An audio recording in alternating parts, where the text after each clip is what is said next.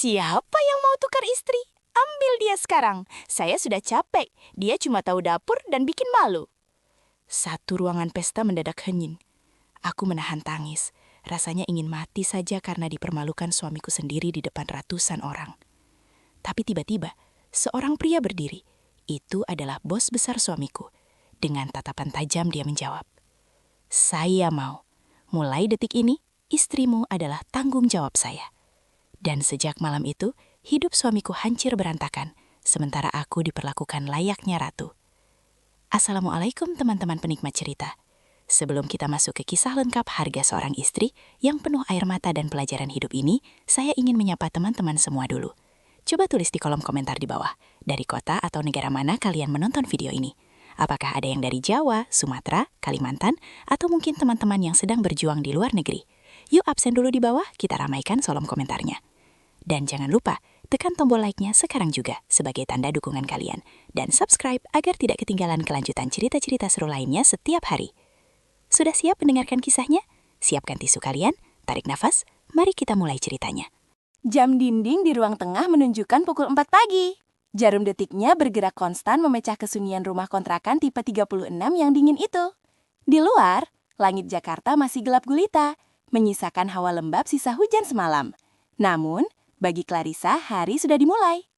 Ia terbangun bukan karena alarm, melainkan karena kecemasan yang seolah sudah menjadi selimut keduanya selama 5 tahun terakhir. Dengan langkah pelan agar tidak membangunkan pria yang tidur mendengkur di sebelahnya, Clarissa turun dari ranjang. Kakinya menyentuh lantai keramik yang dingin, sedingin hatinya pagi ini. Di dapur yang sempit, rutinitas itu berulang. Tangan Clarissa yang putih pucat dengan cekatan mengiris bawang, menyalakan kompor dan menjerang air. Matanya terasa perih, sebagian karena uap bawang, tapi sebagian besar karena rasa lelah yang menumpuk di pelupuk mata. Ia menatap pantulan dirinya di kaca jendela dapur yang gelap. Wajah itu masih cantik, namun layu. Seperti bunga yang lupa disiram bertahun-tahun, mengering perlahan di sudut taman yang tak terjamah. Setelah nasi goreng siap di atas meja, Clarissa tidak lantas beristirahat. Ia beralih ke ruang tengah, membuka laptop kerja suaminya yang masih menyala. Di layar, terpampang grafik penjualan perusahaan Nusantara Group yang rumit. Itu bukan pekerjaan Clarissa, setidaknya secara resmi. Itu adalah tanggung jawab Putra, suaminya. Namun sudah 3 tahun ini, setiap subuh, jari jemari Clarissa lah yang menari di atas keyboard itu. Otaknya lah yang memutar strategi, menganalisis data, dan menyusun kalimat-kalimat cerdas yang nanti siang akan dipresentasikan Putra dengan penuh percaya diri. Pukul 6 pagi, matahari mulai mengintip malu-malu. Pintu kamar utama terbuka kasar, langkah kaki berat terdengar mendekat. Sang raja telah bangun. Putra keluar dengan wajah masam, rambut berantakan dan aura kekesalan yang entah bersumber dari mana. Tidak ada ucapan selamat pagi, tidak ada kecupan hangat. Tatapan matanya langsung menyapu meja makan seperti seorang mandor yang mengawasi kuli bangunan. Ia duduk, menyeruput kopi hitamnya sedikit, lalu meletakkan cangkir itu dengan kasar hingga berdenting nyaring. "Ini gula arennya kebanyakan," gerutu Putra tanpa menatap istrinya. "Kamu mau bikin aku diabetes? Atau sengaja biar aku cepat mati terus kamu bisa cari laki-laki lain?" Clarissa menarik napas panjang, menelan rasa sakit yang terbiasa mampir di ulu hatinya. "Takarannya sama seperti biasa, Mas." "1 sendok teh pares." "Alah alasan," potong Putra cepat. "Lidahku nggak bisa bohong. Kamu itu ya, di rumah seharian ngapain aja sih? Masak kopi gini aja nggak becus. Laporan gimana? Udah selesai belum?" "Sudah, Mas. Sudah aku kirim ke email dan salin ke flash disk di tas kerja, Mas," jawab Clarissa liris. Putra tidak bilang terima kasih. Ia hanya mendengus, mengambil sendok, dan mulai makan dengan kasar. Clarissa berdiri di samping meja memegang serbet.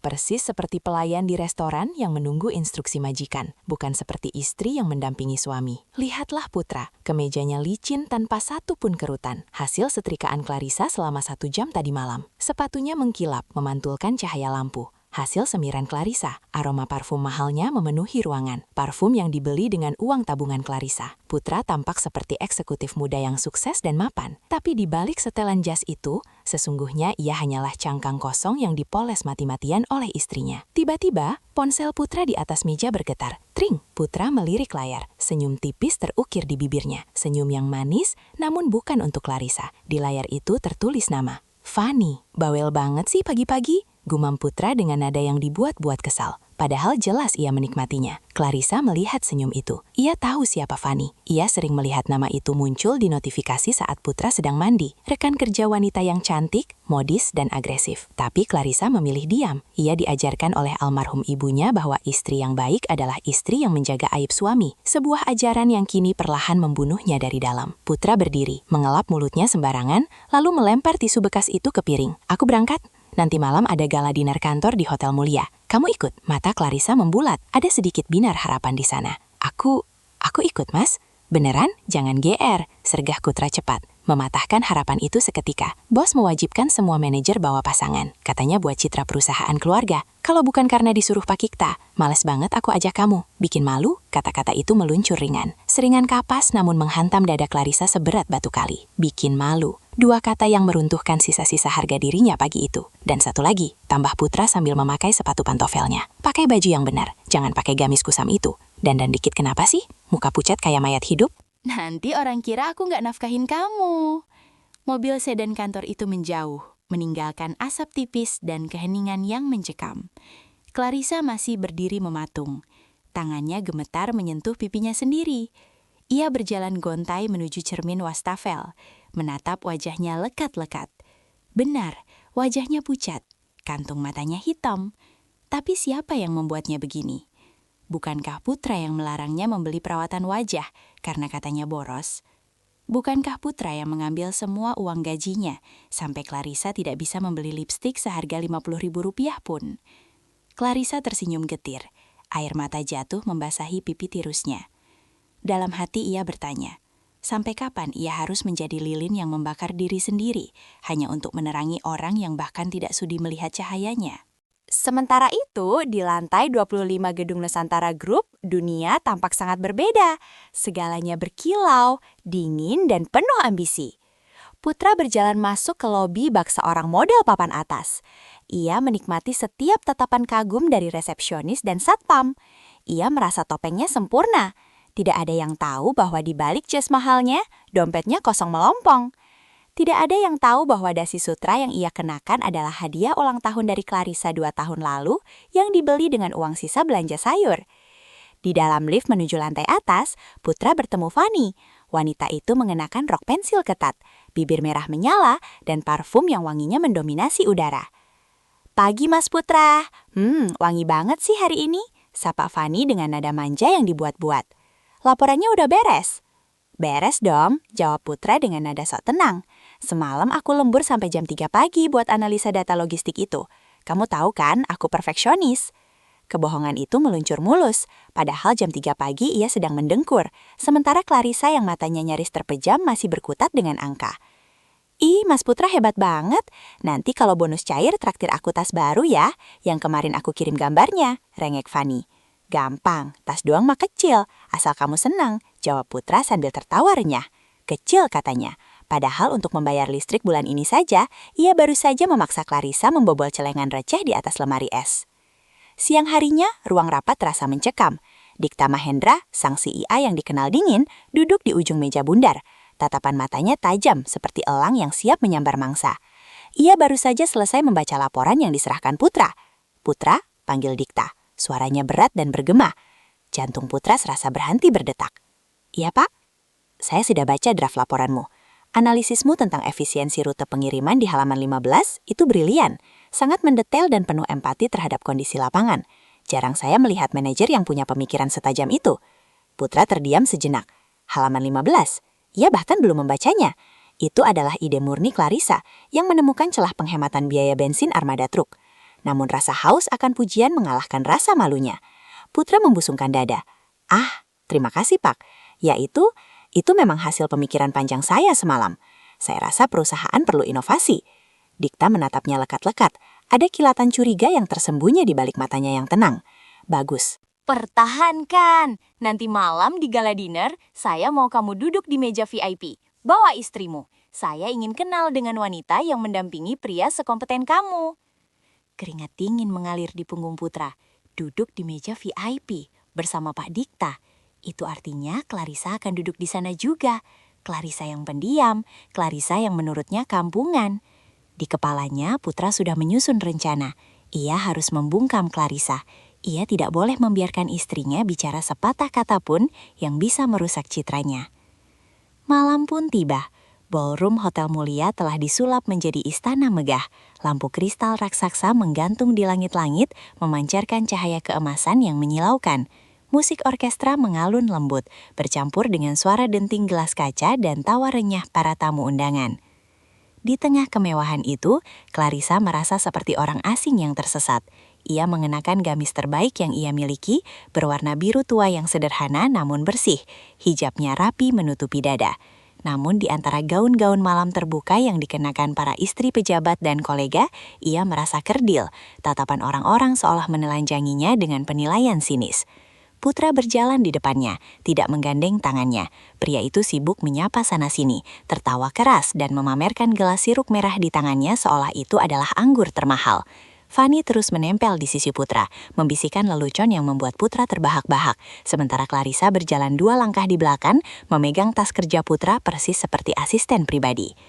Saat mereka duduk di meja, Putra berbisik tajam pada Clarissa. Ingat, jangan ngomong apa-apa kalau nggak ditanya. Jangan malu-maluin aku. Duduk diam, senyum. Clarissa mengangguk patuh. Ia duduk menekuk lutut, meremas ujung gamisnya. Suasana semakin riuh ketika pembawa acara mempersilahkan siapa saja untuk naik ke panggung memberikan kesan dan pesan. Putra yang egonya sudah melambung tinggi karena pujian Pak Dikta tadi siang dan bisikan-bisikan Fanny, merasa inilah panggungnya. Ia merasa menjadi bintang malam ini. Dengan langkah sedikit sempoyongan karena terlalu bersemangat, Putra naik ke panggung. Ia menyambar mikrofon. Suara dengung mikrofon membuat semua orang terdiam dan menoleh ke arahnya. Putra tersenyum lebar, matanya menyapu seluruh ruangan hingga berhenti pada sosok Clarissa yang duduk menyendiri di sudut gelap meja VIP. "Selamat malam semuanya," teriak Putra lantang. "Malam ini luar biasa, tim saya hebat, saya hebat." Tapi, tahukah kalian apa yang paling berat dalam hidup saya? Putra memberi jeda dramatis. Semua orang menunggu. Yang paling berat adalah Putra menunjuk lurus ke arah Clarissa. Punya istri yang membosankan di rumah. Tawa kecil terdengar dari gerombolan teman-teman Putra. Merasa mendapat dukungan, Putra semakin menjadi-jadi. Bayangkan, saya kerja keras banting tulang, pulang ke rumah cuma disuguhi wajah kusam, bau bawang, dan obrolan soal harga cabai. Dia terlalu kaku, tidak asik diajak pesta, cuma tahu dapur dan kasur. Wajah Clarissa memerah padam, jantungnya berdegup kencang hingga rasanya sakit. Ia menunduk dalam-dalam, berharap lantai hotel membelah dan menelannya saat itu juga. Air mata hangat mulai menggenang, tapi ia tahan sekuat tenaga. Ia tidak ingin menangis di depan orang-orang yang merendahkannya. Namun Putra belum puas, ia ingin lelucon pamungkas, ia ingin terlihat sebagai pria alpa yang dominan di depan Fanny. Putra merentangkan tangannya lebar-lebar, seolah menawarkan barang dagangan di pasar loak. Dengan suara lantang yang menggema ke seluruh penjuru ballroom, ia berteriak. "Jadi bapak-bapak sekalian, ada yang mau tukar istri? Siapa saja? Ambil dia sekarang. Saya sudah capek, dia terlalu merepotkan. Saya butuh wanita yang selevel dengan kesuksesan saya." Ruangan yang tadinya riuh mendadak senyap. Tawa teman-teman Putra terhenti. Lelucon itu sudah melampaui batas kewajaran. Itu bukan lagi candaan, itu adalah penghinaan harkat dan martabat seorang wanita di depan umum. Hening yang mencekam menyelimuti ruangan. Clarissa menggigit bibir bawahnya hingga berdarah. Rasa malu yang luar biasa menghantam dadanya, membuatnya sesak nafas. Ia ingin lari, tapi kakinya terasa berat seolah dipaku ke lantai. Di atas panggung, Putra masih menyeringai bodoh, menunggu tepuk tangan yang tak kunjung datang. Ia terlalu bebal untuk menyadari bahwa ia baru saja menggali kuburannya sendiri. Tiba-tiba, suara kursi digeser dengan kasar memecah keheningan. Dari meja utama, sosok tinggi tegap berdiri. Dikta Mahendra. Wajah sang CEO datar tanpa ekspresi, namun tatapan matanya tajam menusuk langsung ke arah Putra. Aura kemarahan yang tenang namun mematikan memancar darinya. Dikta berjalan perlahan menuju panggung. Langkah kakinya terdengar tegas di atas lantai marmer. Tak, tak, tak. Tidak ada satupun orang yang berani bersuara. Putra yang tadinya percaya diri mulai merasa ciut. Senyumnya perlahan luntur. Dikta naik ke atas panggung, mengambil alih mikrofon dari tangan Putra dengan gerakan cepat namun tenang. Ia tidak menatap Putra. Ia mengarahkan pandangannya lurus kepada Clarissa yang masih menunduk gemetar di kejauhan. Suara Dikta terdengar berat dan berwibawa ketika ia berbicara. "Kamu menawarkan istrimu, Putra?" Kamu serius? Putra yang mengira bos besarnya sedang ikut dalam permainan leluconnya mengangguk cepat sambil tertawa gugup. Iya, Pak. Siapa cepat dia dapat. Hahaha. Jawaban Dikta selanjutnya membuat napas semua orang tercekat. Baik, kata Dikta tegas. Saya mau. Saya terima tawaran kamu. Seketika itu juga wajah Putra pucat pasi. Ia mencoba mencari tanda-tanda bahwa Dikta bercanda, namun tidak ada senyum sedikit pun di wajah sang CEO. Mulai detik ini, lanjut Dikta. Suaranya menggelegar memenuhi ruangan. Wanita itu menjadi tanggung jawab saya, dan kamu akan menyesal seumur hidup karena telah membuang berlian demi menggenggam sampah. Dikta turun dari panggung, berjalan membelah kerumunan, dan berhenti tepat di depan Clarissa. Ia mengulurkan tangannya, bukan sebagai atasan, tapi sebagai seorang pria yang menawarkan perlindungan. Ayo Clarissa, tempatmu bukan di sini. Tempatmu bukan dengan pria yang tidak tahu cara memanusiakan manusia. Clarissa mengangkat wajahnya yang basah oleh air mata. Ia menatap Dikta, lalu menatap Putra yang mematung di panggung. Detik itu, sesuatu dalam diri Clarissa pecah, lalu tersusun kembali menjadi lebih kuat. Ia menyambut uluran tangan Dikta, berdiri tegak, dan berjalan keluar dari ruangan pesta itu dengan kepala terangkat, meninggalkan Putra yang kini menjadi pusat perhatian. Bukan karena kekaguman, melainkan karena kebodohan fatal yang baru saja ia lakukan. Sinar matahari pagi menerobos masuk melalui celah ventilasi rumah kontrakan Putra, menyoroti debu-debu yang melayang di udara. Dinding rumah yang catnya mulai mengelupas menjadi saksi bisu keheningan yang tak wajar pagi itu. Putra terbangun dengan kepala yang berdenyut nyeri hebat. Ia mengerang pelan, mencoba mengumpulkan kesadaran setelah tidur yang tidak nyenyak akibat mabuk semalam. Ingatan tentang kejadian di pesta berputar samar di kepalanya, seperti kepingan film yang rusak. Ia ingat tepuk tangan, ia ingat tawa, tapi ia juga samar-samar mengingat tatapan tajam Dikta. Namun, sifat arogan Putra dengan cepat menepis rasa khawatir itu. Ah, Pak Dikta cuma menggertak, pikirnya sambil memijat pelipis. Mana mungkin seorang CEO kaya raya mau mengambil istri karyawannya yang kusam dan membosankan itu? Paling-paling dia cuma mau kasih pelajaran moral. Putra menyeret langkahnya keluar kamar menuju ruang tamu. Ia berharap sudah ada aroma kopi panas dan nasi goreng yang biasa disiapkan Clarissa. Namun meja makan kosong, dapur bersih, dingin, dan tidak ada tanda-tanda kehidupan. "Clarissa, mana kopi?" teriaknya serak. Hening, tidak ada jawaban. Rasa kesal mulai menjalar di dada Putra. Ia hendak berteriak memaki lagi ketika matanya menangkap sosok Clarissa yang sedang duduk tenang di kursi ruang tamu. Clarissa sudah mandi dan berpakaian rapi. Ia mengenakan gamis berwarna gelap yang sopan dan hijab yang menutup dada. Wajahnya segar meski tidak ada senyum di sana. Di sampingnya tidak ada koper besar, hanya ada sebuah tas tangan kecil yang biasa ia bawa saat pengajian. Putra mendengus meremehkan. "Mau kemana kamu pagi-pagi begini? Gaya banget sudah rapi. Sana ke dapur, kepalaku sakit butuh kopi." Clarissa tidak bergerak. Ia hanya menatap Putra dengan pandangan yang sulit diartikan. Di matanya tidak ada lagi kemarahan atau kesedihan. Hanya ada kekosongan dan ketenangan yang justru membuat Putra merasa tidak nyaman.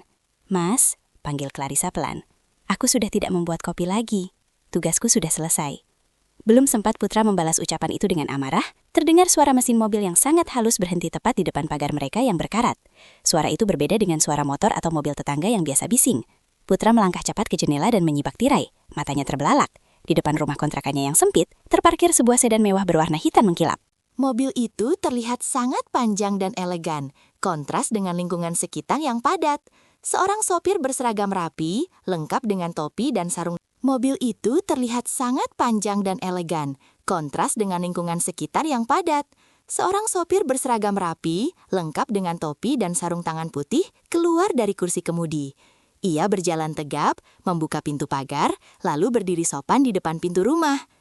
Putra merasakan keringat dingin mulai menetes di punggungnya. Ini bukan gertakan. Pak Dikta benar-benar mengirim jemputan. Dan jemputan itu bukan taksi online, melainkan kendaraan pribadi kelas atas. Putra berdalik menatap Clarissa dengan wajah pucat. Kamu benar-benar mau pergi? Kamu gila ya? Kamu pikir kamu bisa hidup tanpa aku, tanpa gajiku?" Clarissa berdiri, merapikan lipatan gamisnya. Ia mengambil sebuah map tebal berwarna coklat dari tasnya, lalu meletakkannya di atas meja tepat di depan Putra. "Mas, aku tidak membawa satupun baju yang kamu beli. Aku tidak membawa perhiasan, tidak membawa kosmetik, dan tidak membawa barang elektronik yang kamu belikan. Karena setiap barang itu kamu beli dengan gerutu dan hinaan." Clarissa menunjuk map coklat itu. "Itu kenang-kenangan terakhir dariku. Bukalah saat aku sudah pergi. Nikmatilah kebebasan yang selama ini kamu idam-idamkan." Clarissa melangkah menuju pintu keluar. Putra terpaku di tempatnya. Kakinya terasa berat. Egonya menahan mulutnya untuk meminta maaf. Ia hanya bisa melihat dari ambang pintu saat sopir berseragam itu membungkuk hormat kepada Clarissa. Perlakukannya layaknya seorang putri bangsawan. Perlakuan yang tidak pernah Putra berikan selama 5 tahun pernikahan mereka. Pintu mobil tertutup rapat, meredam segala suara. Sedan mewah Nike pun melaju perlahan, meninggalkan pekarangan rumah, membelah kerumunan tetangga yang menonton dengan takjub. Putra tertinggal sendirian. Di bawah sinar matahari pagi yang semakin terik, ia merasa kedinginan. Rasa penasaran dan firasat buruk akhirnya mengalahkan gengsi Putra.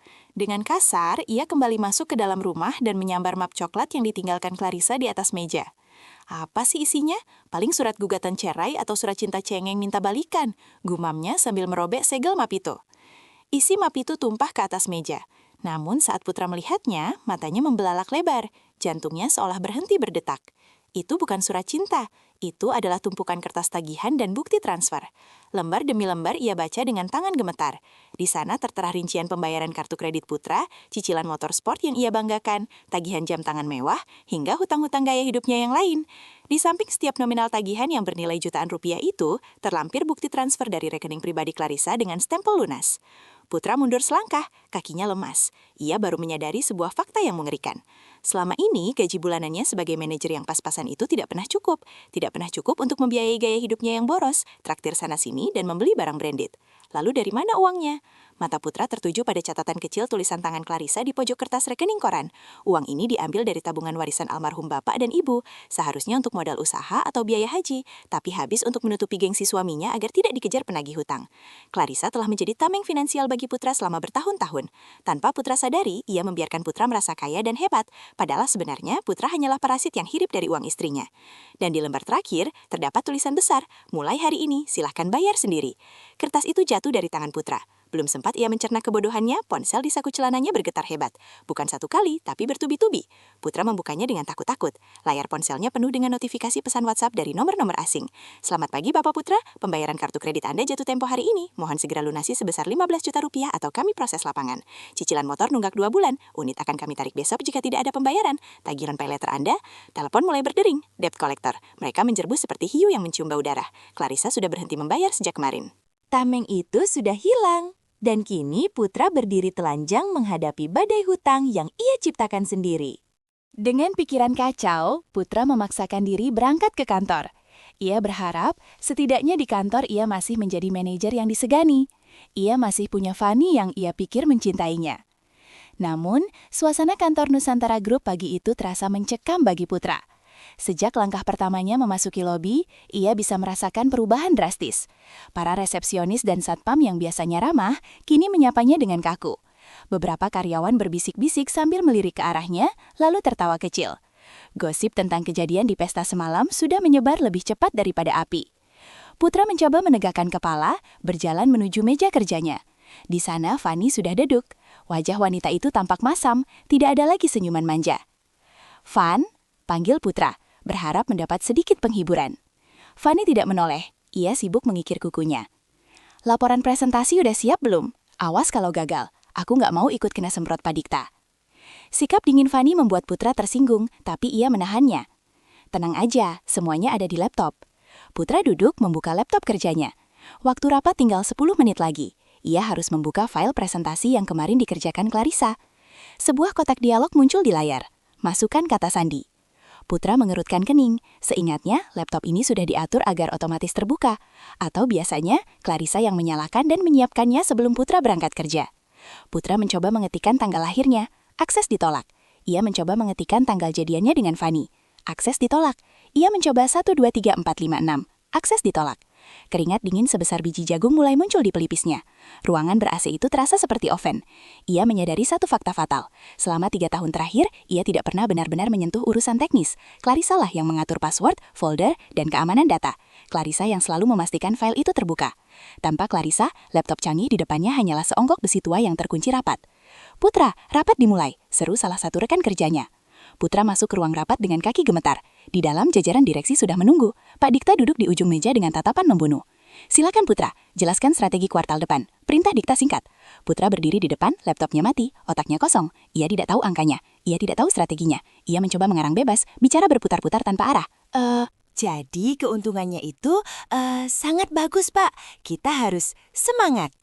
Salah satu komisaris memotong. Berapa persen kenaikan margin di sektor logistik? Banyak, Pak. Pokoknya naik, jawab putra asal.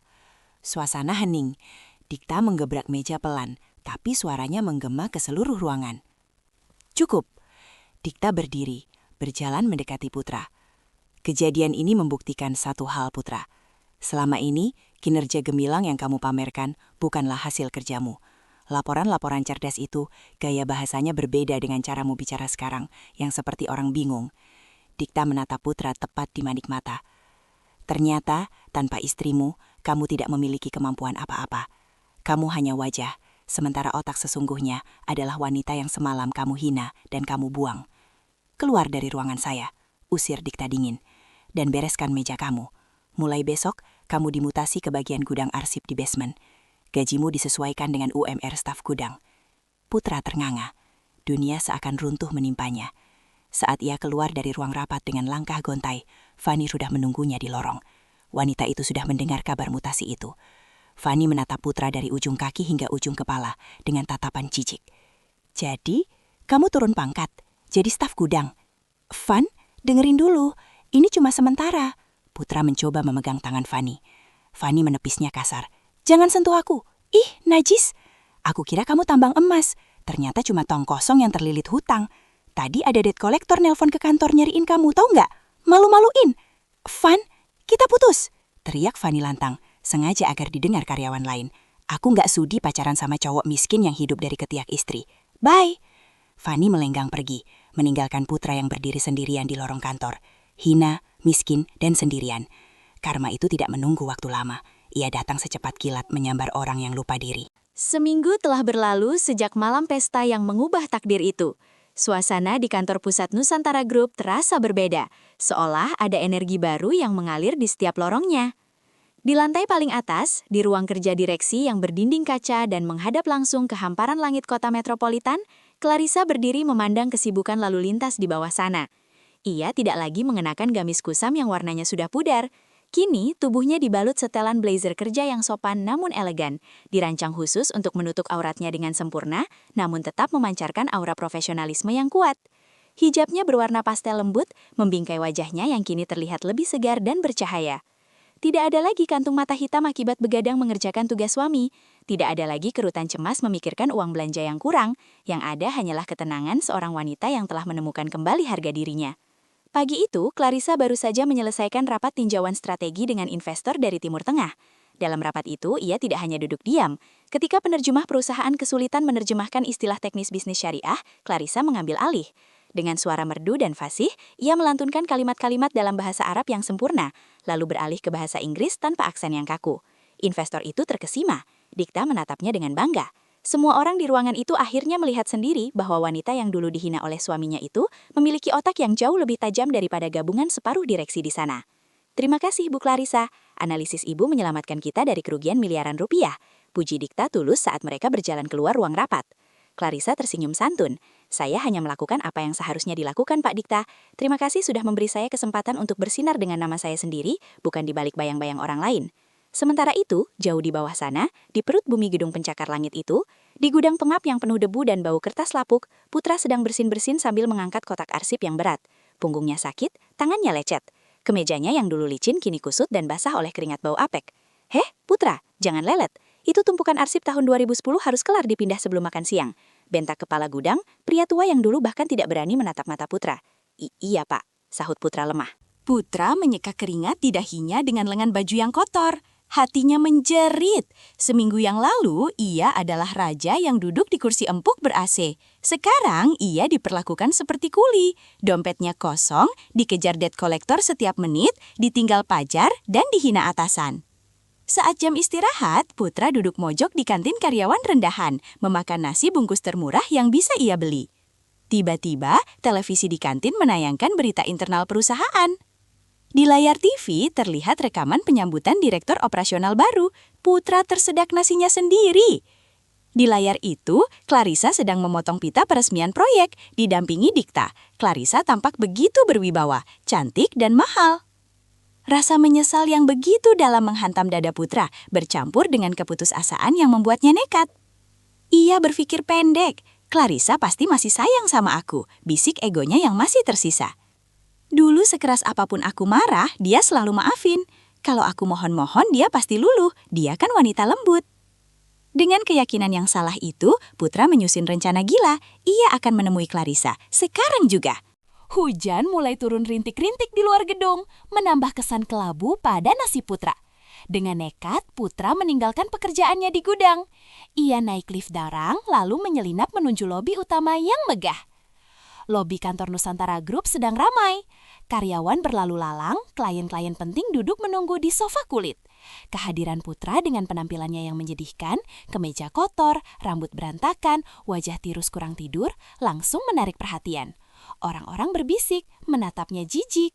Namun Putra tidak peduli. Matanya tertuju pada pintu lift VIP yang terbuka. Clarissa keluar dari sana, berjalan anggun menuju mobil jemputannya. Langkah kakinya mantap.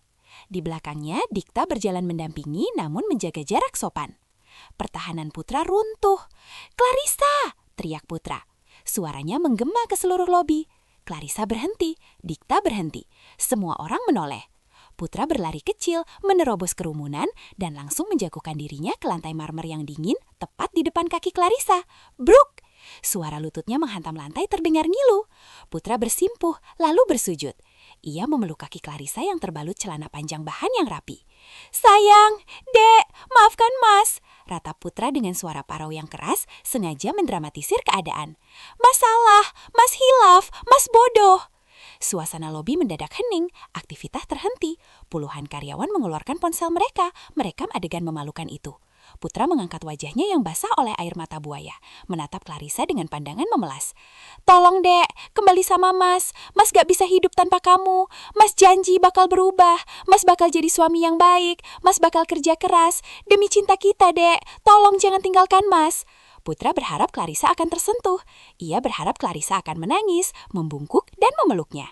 Namun Clarissa tidak bergerak. Ia tidak mundur, tapi ia juga tidak menyambut rengekan itu. Wajahnya tenang, sedingin es. Ia menatap Putra yang bersujud di kakinya dengan tatapan yang sulit dijelaskan. Tidak ada kemarahan yang meledak-ledak. Clarissa membiarkan Putra menyelesaikan drama tangisannya sampai tuntas. Setelah Putra diam menunggu jawaban, barulah Clarissa membuka suara. Nadanya pelan, namun karena keheningan lobi yang mencekam, suaranya terdengar jelas hingga ke sudut ruangan. "Mas," tanggil Clarissa. "Kamu ingat malam ketika aku sakit tipes dan demam tinggi 40 derajat? Putra terdiam, bingung dengan pertanyaan itu. "Malam itu aku menggigil kedinginan. Aku minta tolong kamu antar ke dokter. Tapi apa yang kamu lakukan? Kamu marah-marah. Kamu bilang aku manja dan mengganggu waktu tidurmu. Kamu pergi meninggalkan aku sendirian di rumah yang terkunci untuk pergi karaoke. Aku harus merangkak sendiri mencari obat di laci dapur."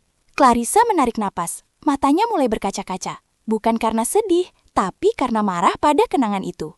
"Kamu ingat saat ibuku meninggal dunia? Kamu menolak mengantarku pulang kampung dengan alasan bensin mobil mahal. Padahal hari itu, kamu baru saja membeli sepatu baru seharga 2 juta rupiah." Clarissa menatap tajam ke mata Putra. "Di mana sujudmu saat itu, Mas? Di mana air matamu saat aku membutuhkannya?" Wajah Putra pucat pasi. Ia tidak menyangka Clarissa akan mengungkit luka-luka lama itu dengan begitu detil di depan umum.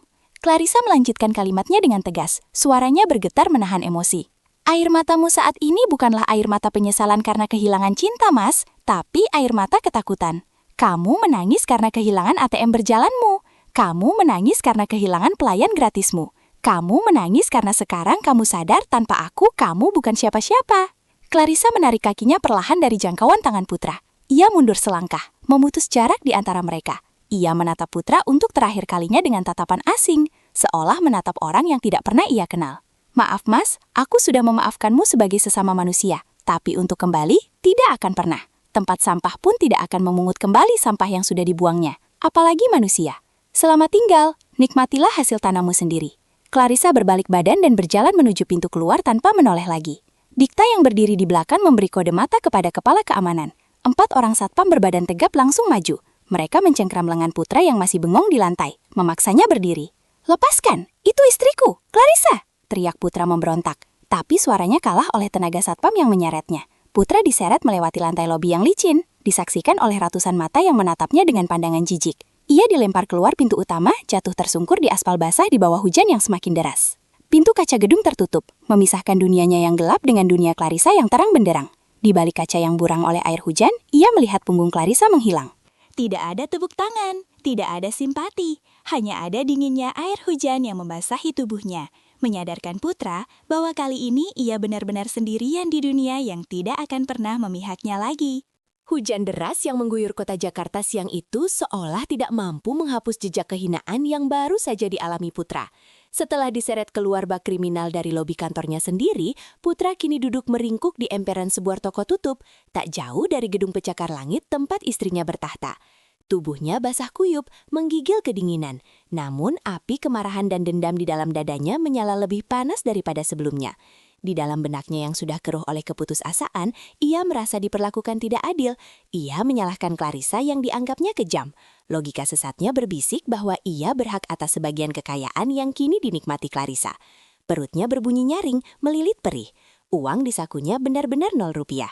Saat ia menggeledah tas ransel bututnya dengan frustasi mencari sisa recahan, tangannya menyentuh sesuatu yang terselip di kantong rahasia tas tersebut. Jantung Putra berdegup kencang saat menarik benda itu keluar.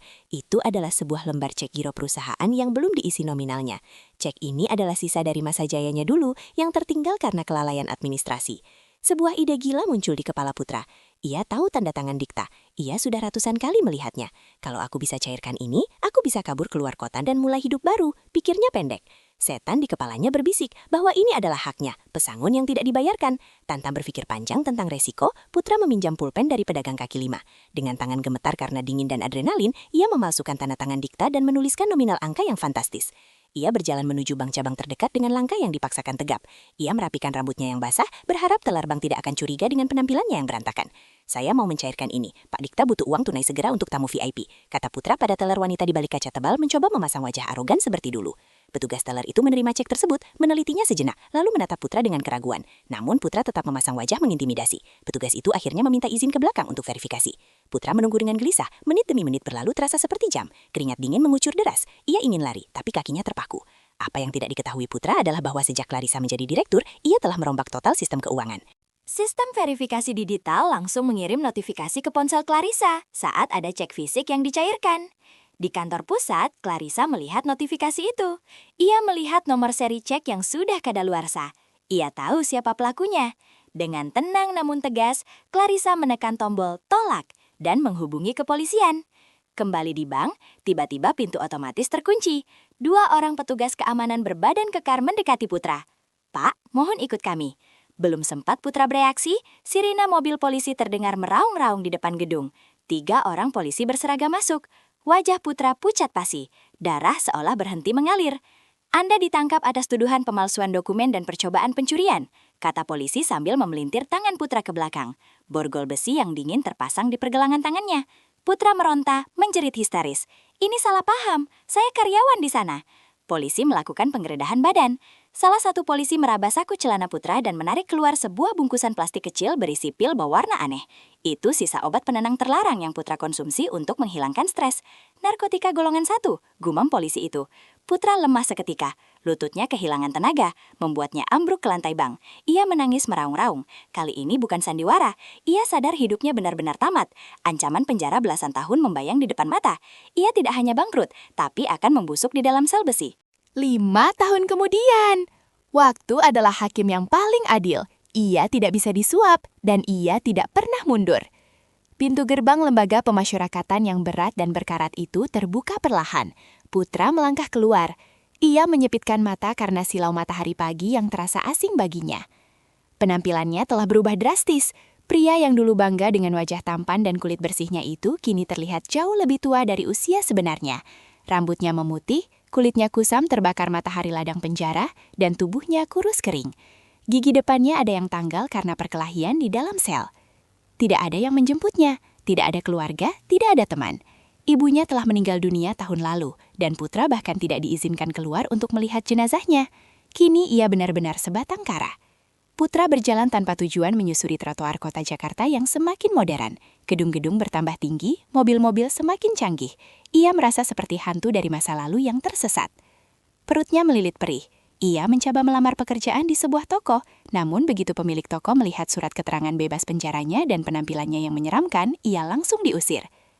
Lelah berjalan seharian, Putra duduk beristirahat di sebuah bangku taman kota, menghadap ke persimpangan jalan besar. Di seberang jalan terdapat gedung pusat perbelanjaan elit yang dinding luarnya dipasangi layar videotron raksasa. Tiba-tiba, tayangan iklan berganti menjadi sebuah acara bincang bisnis eksklusif. Mata Putra membelalak lebar, jantungnya seolah berhenti. Wajah yang muncul di layar raksasa itu sangat ia kenal. Wajah itu lebih cantik, lebih anggun, dan jauh lebih berkelas daripada yang ada di ingatannya. Itu Clarissa. Di bawah namanya tertulis keterangan besar, Clarissa Azara, CEO Nusantara Group and Businesswoman of the Year. Clarissa sedang diwawancarai. Ia mengenakan busana muslimah modern, duduk dengan postur tegak penuh percaya diri. Di sampingnya duduk Dikta yang menatapnya dengan pandangan penuh cinta. Dan di pangkuan Dikta, duduk seorang anak laki-laki berusia sekitar 4 tahun yang tampan dan lucu. Suara Clarissa terdengar jernih dari pengeras suara videotron, menggema ke seluruh persimpangan jalan. Kunci kesuksesan saya bukan hanya kerja keras, ucap Clarissa di layar sambil tersenyum lembut ke arah Dikta. Tetapi karena saya menemukan lingkungan yang tepat. Dulu saya ibarat benih yang ditanam di tanah gersang. Saya hampir mati kekeringan, tapi suami saya, Dikta, memindahkan saya ke tanah yang subur. Ia menyirami saya dengan kepercayaan. Clarissa menatap kamera, seolah menatap langsung ke mata Putra di seberang jalan. Bagi wanita, pasangan hidup adalah cerminan masa depannya. Jika kamu bersama orang yang salah, kamu akan layu. Jika kamu bersama orang yang tepat, kamu akan mekar. Kalimat itu menampar Putra lebih keras daripada vonis hakim 5 tahun lalu. Ia menyadari bahwa tanah gersang yang dimaksud Clarissa adalah dirinya. Dialah yang membuat Clarissa layu. Air mata menetes di pipi kotor Putra. Ia menangis tanpa suara di tengah keramaian kota yang tidak peduli padanya. Tiba-tiba, lampu lalu lintas berubah merah. Deratan mobil mewah berhenti tepat di depan taman. Salah satu mobil itu adalah sedan hitam keluaran terbaru. Kaca jendela belakangnya tidak terlalu gelap. Jantung Putra serasa mau copot. Di dalam mobil itu, duduk sosok nyata dari orang-orang yang baru saja ia lihat di layar. Clarissa dan Dikta duduk berdampingan, tertawa bersama anak mereka. Jarak mereka hanya beberapa meter. Putra refleks berdiri. Ia ingin melambai, ingin berteriak memanggil, "Clarissa, ini aku!" Namun gerakannya terhenti. Ia melihat pantulan dirinya sendiri di kaca spion motor yang parkir di dekatnya. Ia melihat sosok gelandangan yang kotor, bau, dan menjijikan. Ia sadar, ia tidak pantas lagi mendekat. Dunianya dan dunia Clarissa sudah terpisah oleh jurang yang tak terseberangi. Di dalam mobil, Clarissa tampak menoleh ke arah jendela, menatap ke arah taman. Mata mereka seolah bertemu sesaat. Putra menahan napas, berharap ada sedikit pengakuan. Namun, tatapan Clarissa kosong. Ia hanya melihat sekilas, lalu kembali menoleh ke arah suami dan anaknya sambil tersenyum bahagia. Clarissa tidak mengenali Putra. Bagi Clarissa, gelandangan di pinggir jalan itu hanyalah bagian dari pemandangan kota, tidak lebih.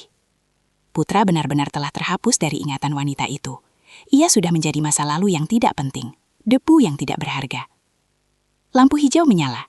Mobil sedan mewah itu melaju perlahan, meninggalkan jejak asap tipis yang segera hilang tertiup angin. Putra kembali terduduk lemas di bangku taman. Ia mengambil sisa roti basi yang ia pungut dari tong sampah tadi pagi, menggigitnya perlahan dengan rasa hambar. Kadang, kau harus kehilangan bulan untuk sadar bahwa selama ini kau hanya memegang sampah, bukan bintang. Bisik Putra pada dirinya sendiri dengan suara serak. Matahari mulai terbenam, malam yang dingin datang menjemput Putra yang akan tidur beralaskan koran bekas. Koran yang memuat berita kesuksesan mantan istrinya. Ini adalah akhir dari ceritanya. Tidak ada keajaiban, tidak ada kesempatan kedua. Yang ada hanyalah penyesalan abadi yang akan menemaninya sampai akhir hayat. Sebuah hukuman seumur hidup yang jauh lebih menyiksa daripada penjara manapun. Tamat.